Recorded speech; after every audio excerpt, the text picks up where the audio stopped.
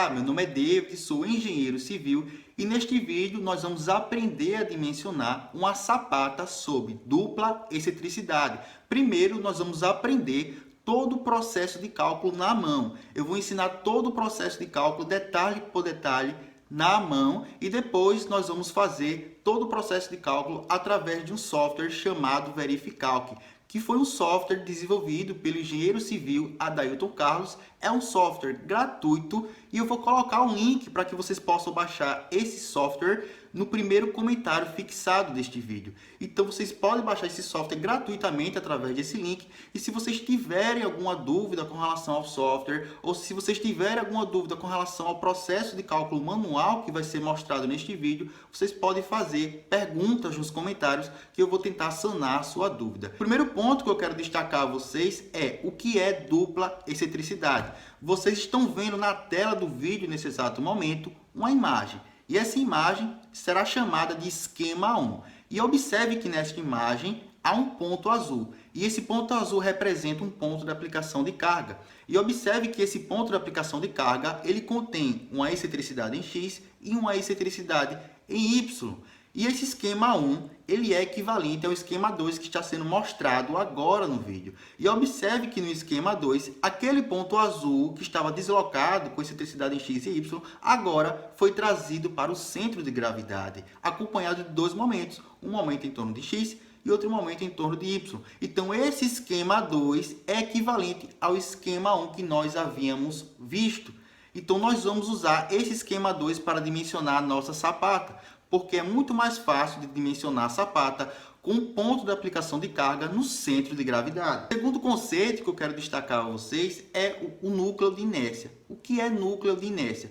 Vocês estão vendo no vídeo, nesse exato momento, uma região destacada e essa região é chamada de núcleo de inércia. Se aquela carga, aquele ponto azul que foi mostrado, for aplicado dentro do núcleo de inércia, quer dizer que não há tração na sapata. Ou seja, toda a seção da sapata está comprimida. E como é que faz para saber se a carga está sendo aplicada dentro do núcleo de inércia? Existem duas formas de saber. A primeira é consultando o ábaco de Montoya, que é o método que nós vamos utilizar para saber se está sendo aplicado dentro ou fora do núcleo de inércia. E a segunda forma é aplicando esta equação que está aparecendo para vocês na tela. E esta equação ela deve ser menor ou igual a 1 sobre 6. Se ela for menor ou igual a 1 sobre 6, quer dizer que aquele ponto azul que representa o ponto de aplicação de carga está sendo aplicado dentro do núcleo de inércia. Mas também a carga pode ser aplicada fora do núcleo de inércia, como vocês estão vendo agora no vídeo.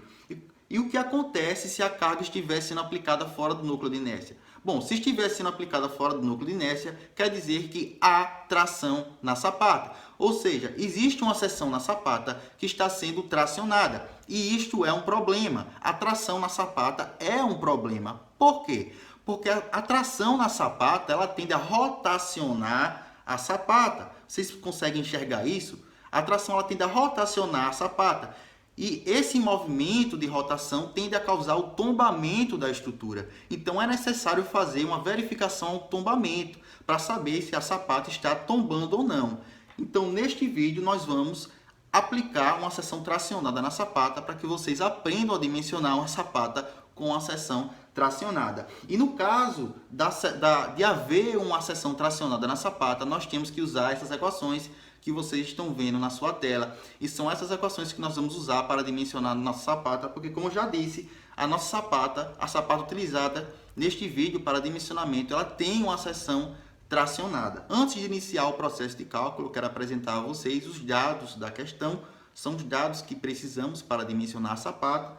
Então, esses dados foram extraídos das notas de aula do professor Paulo Bastos. Então, eu utilizei as notas de aula do professor Paulo Bastos como base para fundamentar esta aula.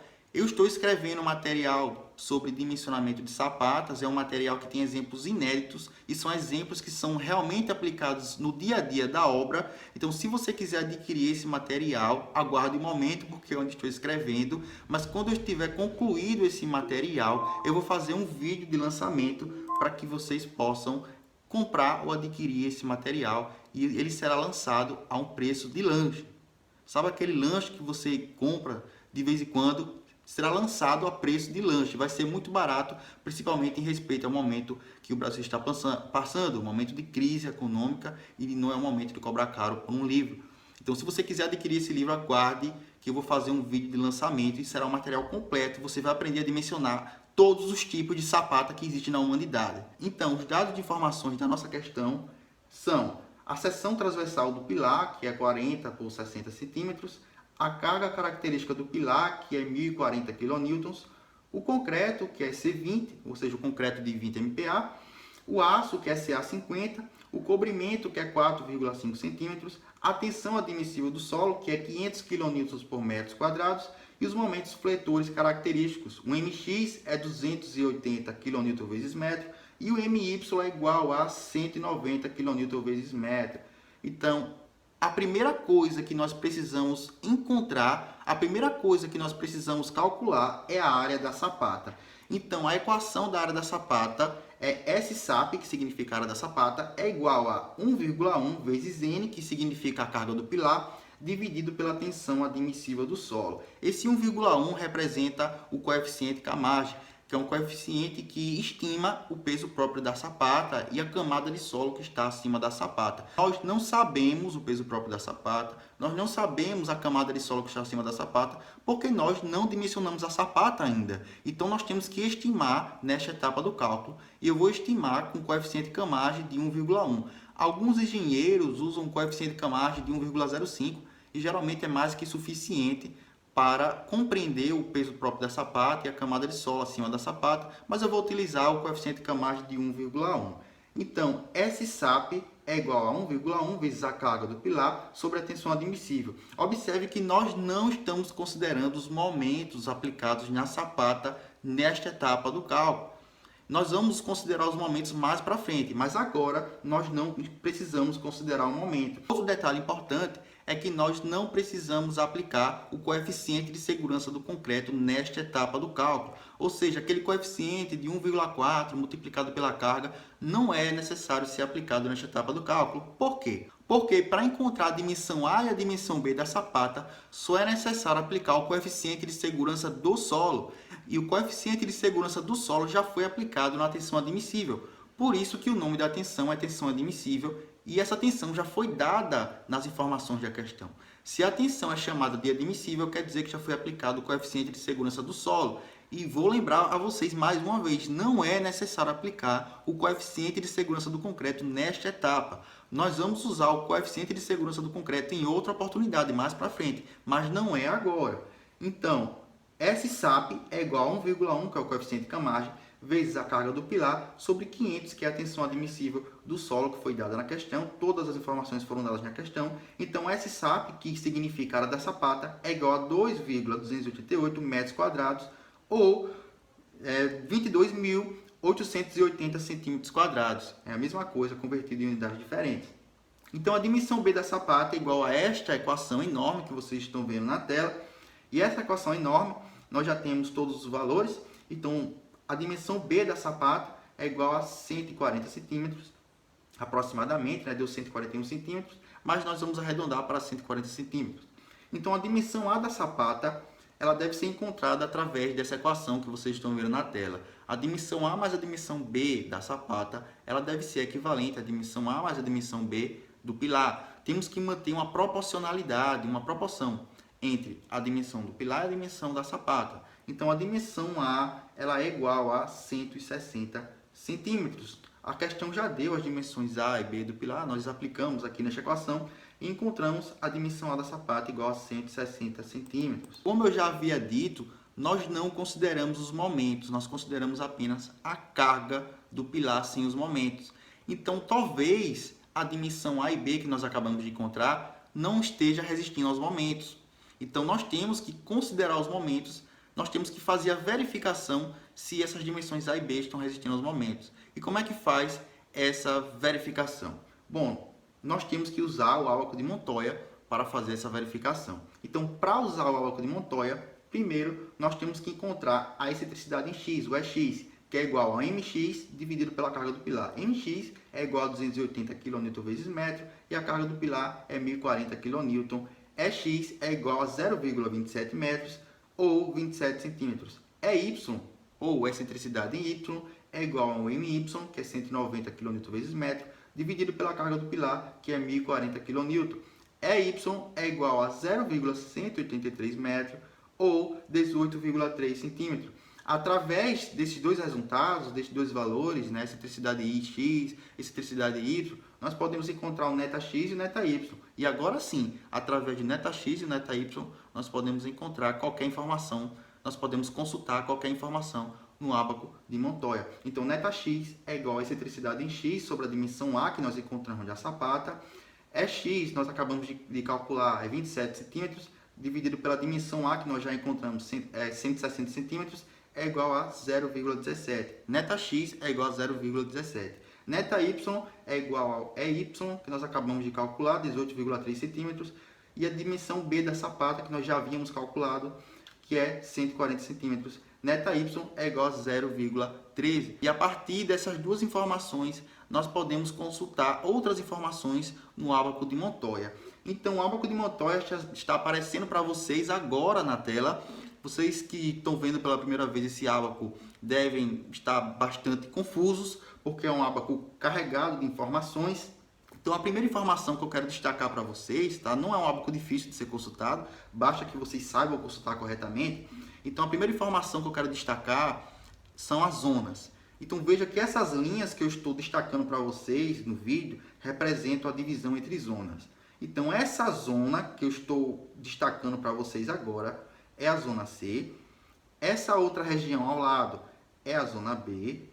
Acima, a zona A, e lá embaixo a zona D. Então veja que se o ponto cair dentro de cada região dessa que eu destaquei para vocês, ele vai cair em uma dessas zonas. Então o nosso ponto, neta X igual a 0,17, neta Y igual a 0,13, caiu na zona C. Observe que a zona C ela tem uma seção tracionada, mas essa seção é pequena quando comparada com a seção tracionada da zona B e quando comparado com a seção tracionada da zona A. Observe que a zona A tem uma seção tracionada muito grande. E quanto maior a seção tracionada, pior, como eu havia dito anteriormente, porque a seção tracionada ela pode provocar o tombamento da estrutura. Agora, a próxima informação que nós precisamos encontrar no ábaco de Montoya é o lambda 1. Então, o lambda 1 são essas linhas que eu estou destacando para vocês, e o nosso ponto caiu aproximadamente no lambda 1 igual a 0,34, como vocês estão vendo. Agora, finalmente, nós vamos verificar se as dimensões A e B que nós encontramos da sapata, elas estão resistindo aos momentos em torno de X e em torno de Y. E como é que faz para saber isso? Bom, nós precisamos do lambda 1, que nós já encontramos no ábaco de Montoya, e nós temos que aplicar esta equação que vocês estão vendo na tela. Esta equação representa a tensão máxima da sapata. Então, a tensão máxima da sapata é igual ao coeficiente Camage, que nós consideramos 1,1, vezes a carga do pilar, dividido pelo lambda 1 vezes a dimensão A, vezes a dimensão B. E esta equação ela deve ser menor ou igual a 1,3 vezes a tensão admissível. Eu quero lembrar a vocês, mais uma vez, que nesta etapa do cálculo não é necessário aplicar o coeficiente de segurança do concreto de 1,4. Por quê? Porque só é necessário aplicar o coeficiente de segurança do solo para encontrar as dimensões da sapata. Nós vamos aplicar o coeficiente de segurança do concreto mais para frente, mas não é este o momento de aplicar o coeficiente de segurança do concreto. Então, resolvendo essa equação, o coeficiente Camage é 1,1 vezes a carga do pilar, que é 1040, dividido pelo lambda 1, que nós encontramos no ábaco de Montoya, e ele deu aproximadamente 0,34, vezes a dimensão A da sapata em metros, que é 1,6 metro, vezes a dimensão B da sapata em metro, que é 1,4 metro. E a tensão máxima da sapata vai dar igual a 1.502 kN dividido por metro quadrado. E essa equação ela precisa ser menor ou igual a 1,3 vezes a tensão admissível. 1,3 vezes a tensão admissível é 1,3 vezes 500. A tensão admissível foi dada na questão, que é igual a 500 kN dividido por metro quadrado, que vai dar 650 kN por metro quadrado. Então, observe que a equação deu um resultado muito maior, ela não atendeu essa condição.